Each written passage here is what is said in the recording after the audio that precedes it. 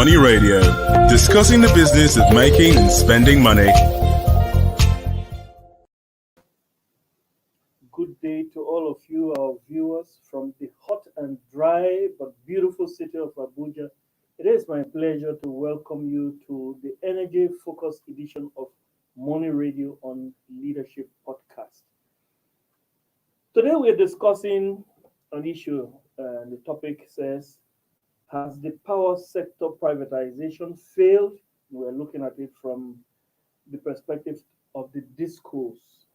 In the studio to discuss that with me is our energy guru, it's Anthony Uko, our delectable one. And you're welcome. Thank you. Mm-hmm. I'm your host, Keith Hammond. So, we have been getting complaints from the discourse that they are not making enough money. And it's not this year, it's not last year, it's not 2020. We're talking about a perennial issue. They are not making money. And they look at that as, or they consider that their excuse for not buying enough power and distributing it to Nigerians. In fact, from the perspective of the consumers, probably because the discos are the closest to the consumers, but the bulk of the problem is actually on the discos. The bulk of the accusation of failure has been on the discos. And a recent development, we have seen 3 discos being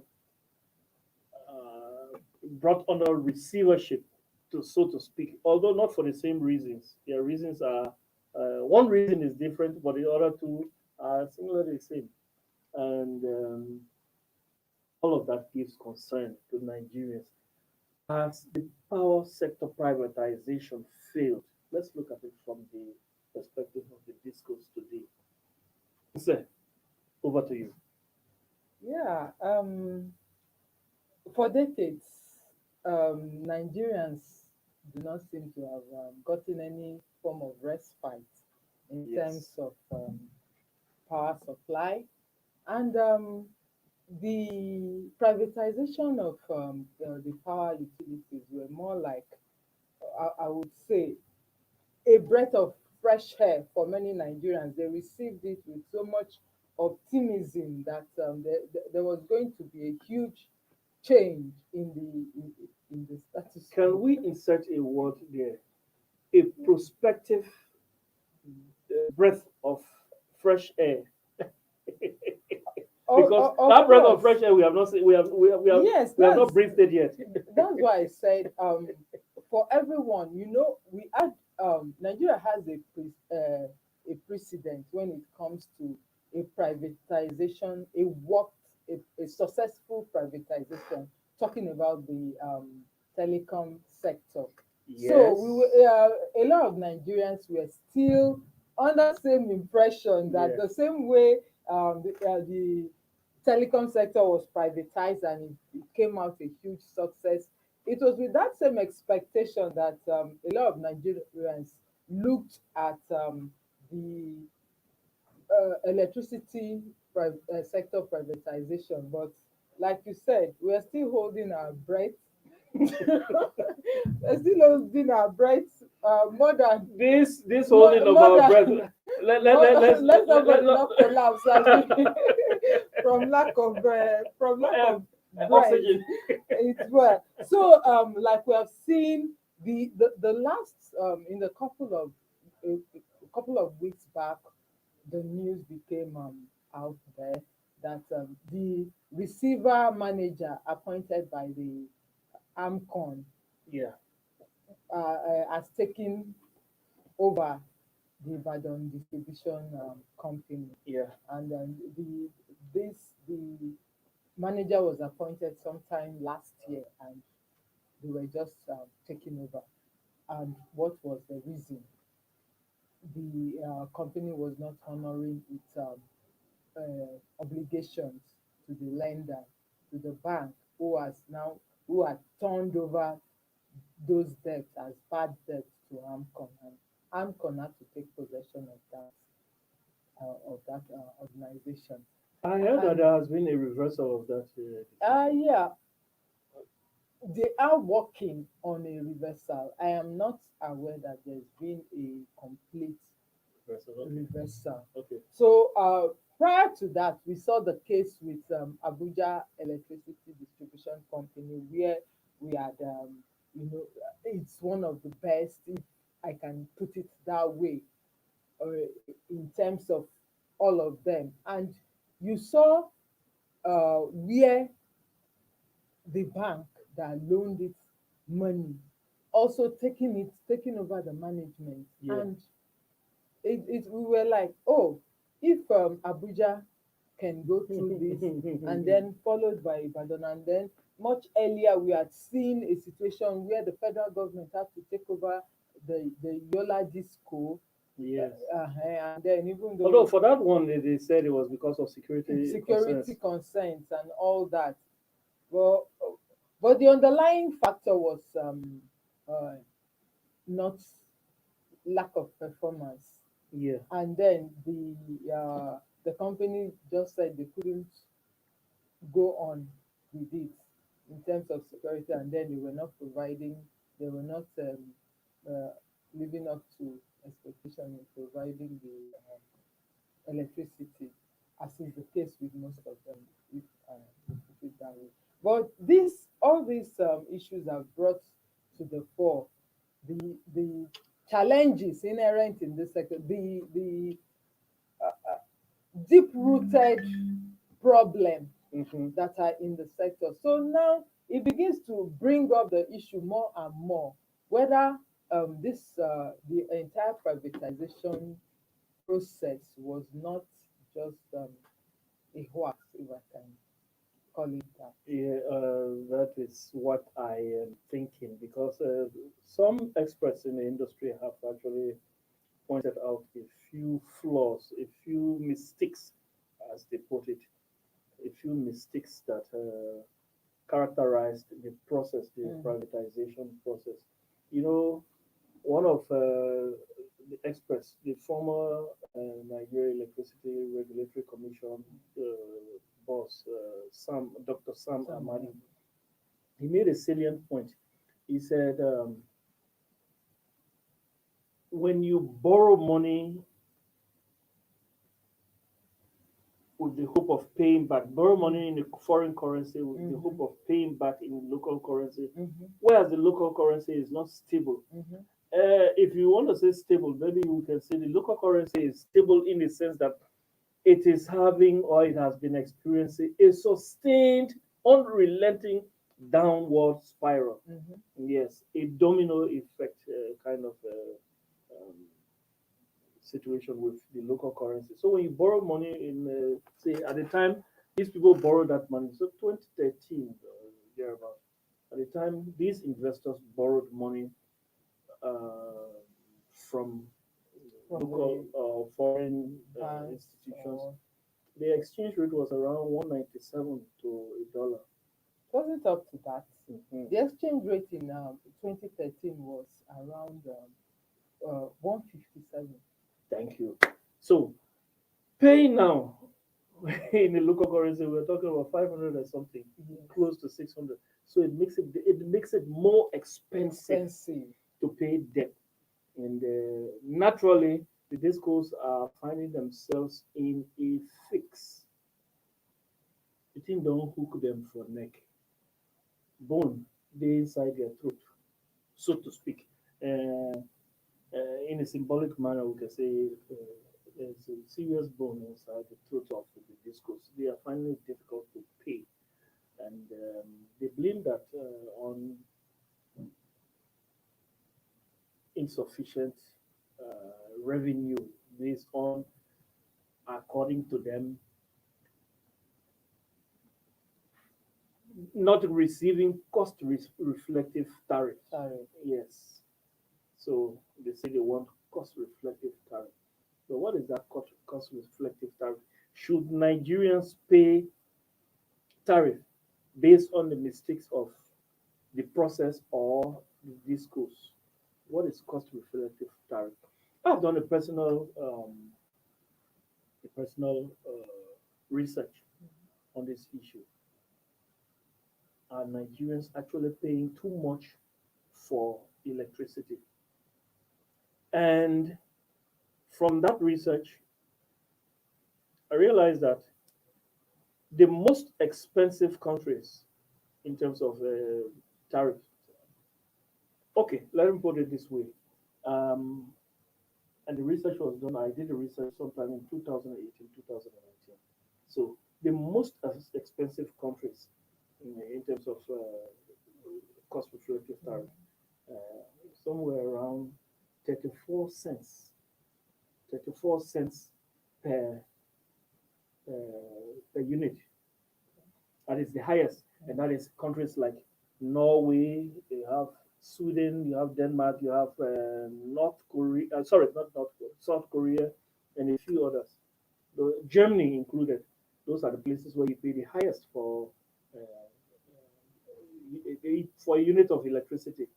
Whereas there are places where they pay as low as 2 cents per unit.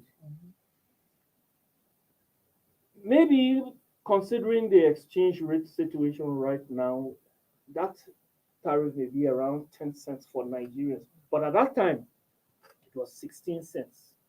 Now, in the US, there are some states that, depending on which state, you pay between 13 to 17 cents. So when you talk about cost reflective tariff, you're looking at global standard. Nigerians are not doing too badly. And the rate that I used, or not the rate, but the unit, sorry, based on the exchange rate and the cost per unit. I was looking at, I did somewhere, it was around 24, 25 naira per unit. Now the thing is somewhere around 40. Yes. So Nigerians are actually not doing badly when it comes to paying.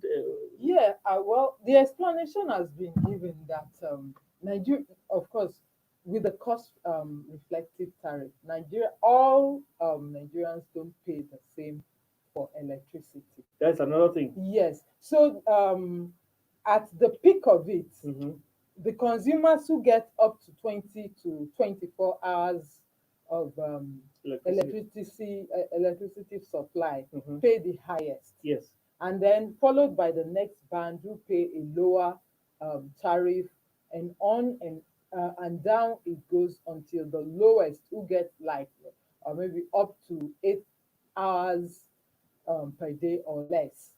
Some people don't get 8 hours. Yes. So with that, like I've put this question across. So how many percentage of Nigerians consumers pay get up to 20 to 24 hours supply of electricity?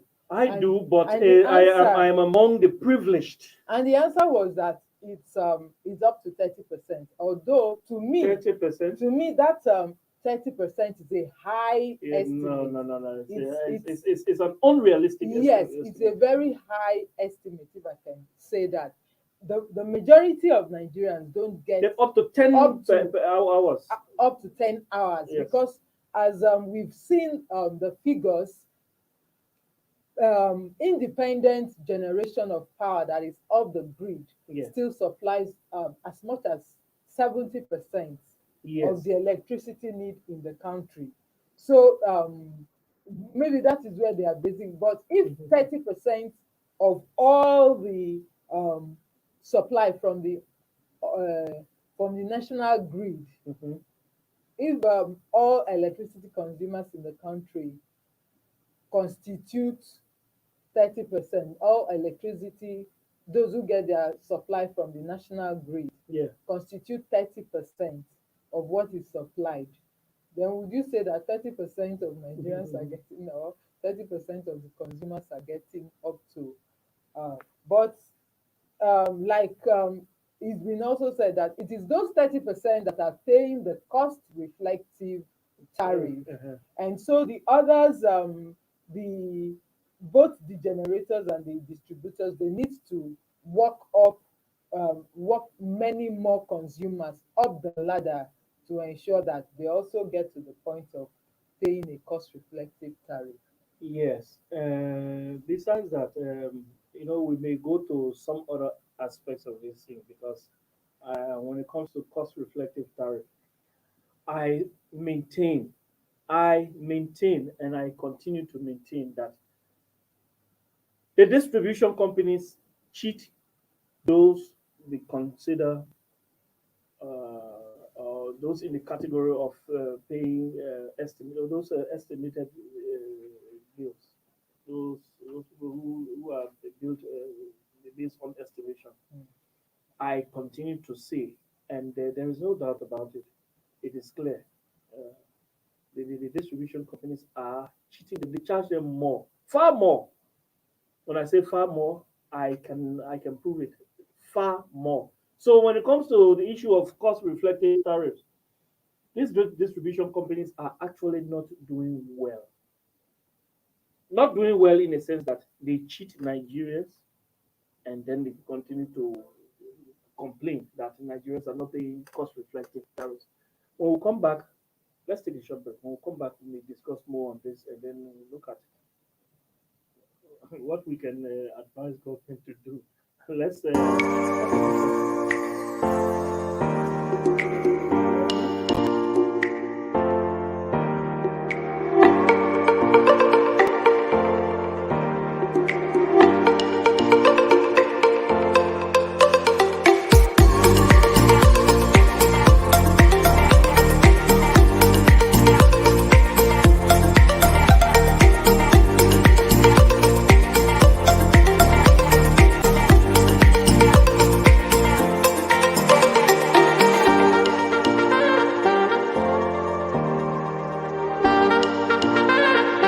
For sponsorship and advert placements, please contact 080-3688-6158. Last Word Leadership Podcast Studio. You have the last word. Money Radio, discussing the business of making and spending money. Welcome back, viewers. You are still on to Energy Focus of Money Radio, and this is Leadership Podcast. We are discussing a topic today that focuses on the power sector, and the question is: has the privatization process failed? We are looking at it from the perspective of the distribution companies, and in the studio discussing that with me remains Mr. Anthony Uko. And I'm your host, Case Hammond. So, sir, we were talking about cost-reflective tariff just before we went on that break. We shouldn't dwell much on that because the evidence is there that this cost-reflective tariff actually is not in the favor of consumers. It is in the favor of uh, the distribution companies when it comes to this issue of estimated billing. I can prove it. I say so. It's just like this. You are selling a product and I come to buy from you, or I am selling a product, you come to buy from me. I'll take, for example, this phone. I'm selling this. I know the worth of it. You are coming to buy. You don't know the worth of it. And we begin to haggle. I know how much I want to sell it. Say I want to sell it 10,000 naira, and we are haggling around 15,000 naira. I am cheating you, you don't know. That's how it is with these distribution companies when it comes to the issue of estimated billing. And I can prove it. So let's not discuss those. Yes. And again, I soon it's estimated billing is actually going to be a thing of the past because Let's hope there so. is a bill in the National Assembly that is going to ban estimated billing, and then when that is done, let's say that will for the distribution companies to ensure that Are you following that bill? everyone is metered. Are you following that bill? And how soon will it come into force? Well, it's making progress anyhow. I hope the So, progress is as early as maybe 2 3 months from now, because this well, thing it will bring a reprieve to many yes, Nigerians. it will. Nigerians are suffering. Yes, However, let's take a look at the privatization process. Yes, that is our issue today. The From data from the Bureau of Public Enterprises, that's the agency that was responsible for the privatization process, Yeah. along with the National Council for Privatization, put the total figure that the federal government received for sale of the distribution companies at $1.26 billion in 2013. And if we look at the exchange rate at that time, 157.58 to the dollar. Mm-hmm. That is below 200 billion. That is what the federal government received at that time. And the then Minister of Power had said it was a good thing that the power entities were being privatized, because government alone cannot invest the what is needed, the kind of investment that is needed to get the sector back to its feet. Government alone wouldn't be able to do that. So the companies who took this utilities over were meant to come in, bring in fresh funds to work on the infrastructure, especially the distribution infrastructure, which is our focus today. The distribution companies, they said they can't take in all the power that is generated because of faulty infrastructure. They can't get it all out to the consumers, and so it constitutes a problem. But this is what they were brought. That is what they were brought in to do. This is what they were brought in to do. And over the years, we have seen the federal government, despite the meager, by today's standard, very meager amount that it got for the privatization. Yes.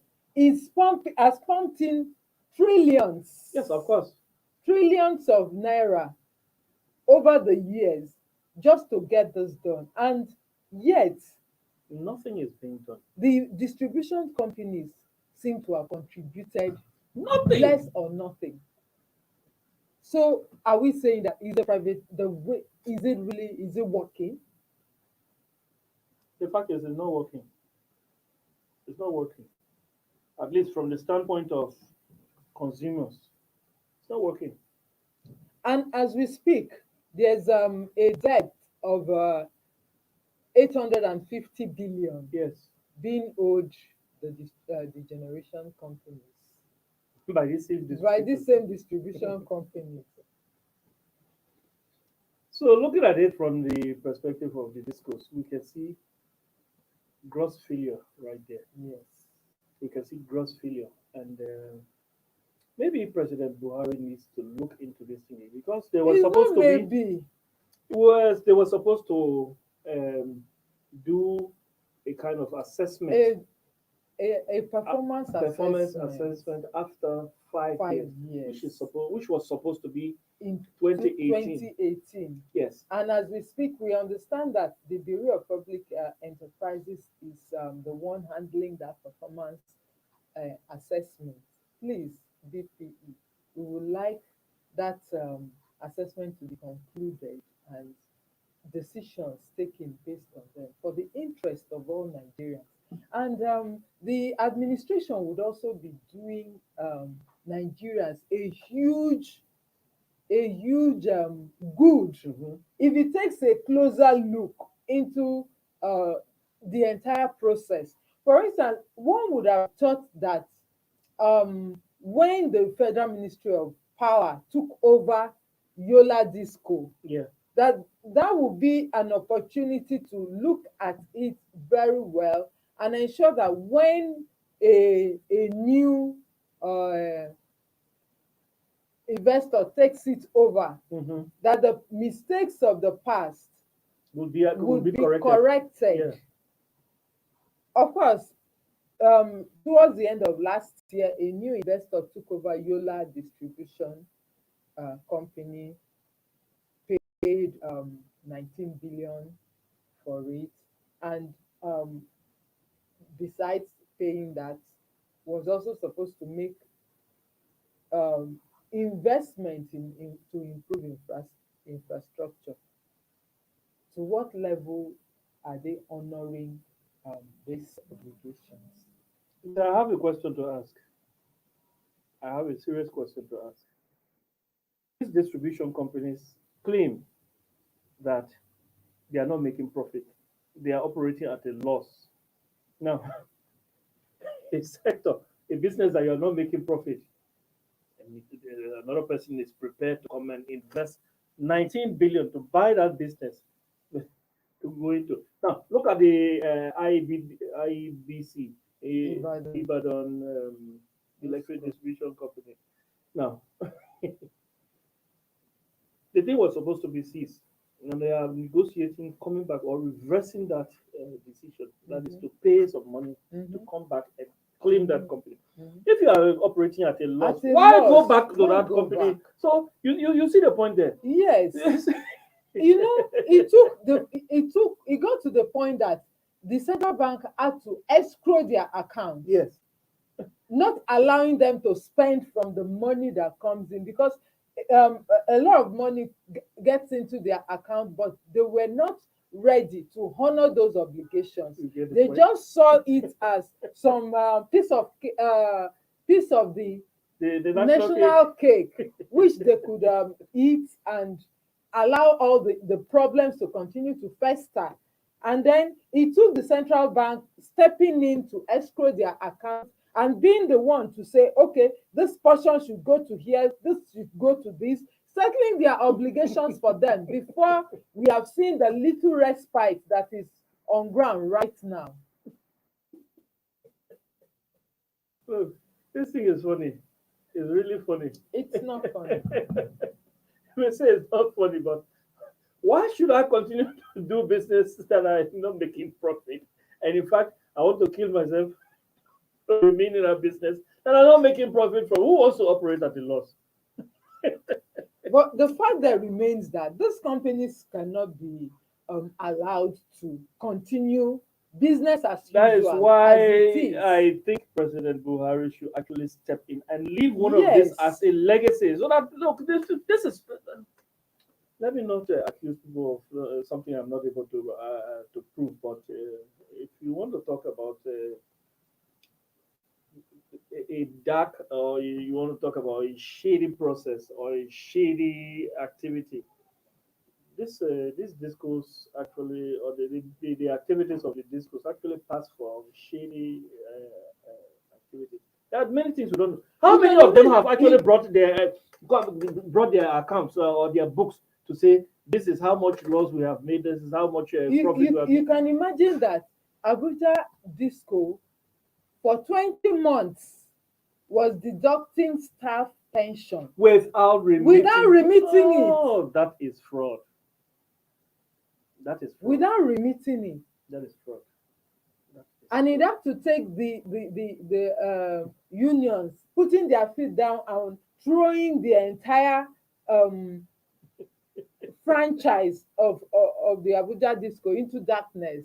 You know, this pension issue is supposed to be 7 or 8% from the company. 7.5% from the company, 7.5% from the individual. So it's supposed to be 15% every month of the salary. Now, if you are not paying your workers, if you're not paying into their pension account, your workers' pension account, you don't fully live. What you are deducting from them, you don't pay. That is fraud.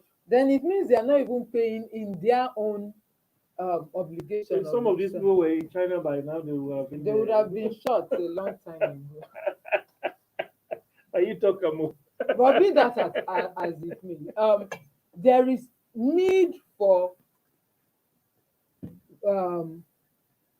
the urgent revisiting of this privatization process, especially at the weakest link, which is the distribution company. Yes.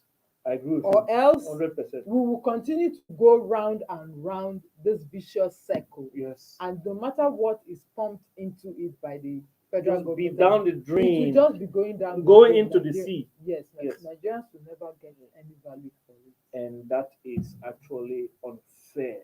So you want to call on President Buhari to step in, right? Of course, on Okay. his good person, his good office, to use his all the powers at his disposal to come to Nigerians. Let's hope President Buhari hears you. That's how we draw the curtain today on Money Radio. You have been on to the energy focus of the program. I want to thank you very much for being here again. And thank you to our producers. Thank you to you, our followers. We encourage you to always stay tuned to Leadership Podcast, especially Money Radio. This is where we discuss economic and financial issues affecting you as a person and the entire country. So, I want to say thank you very much. Our last message to you is stay safe, stay blessed, go and get your job. And COVID-19 is real. Have a nice day. Thank you for watching. For sponsorship and advert placements, please contact 080-3688-6158. Last Word Leadership Podcast Studio. You have the last word.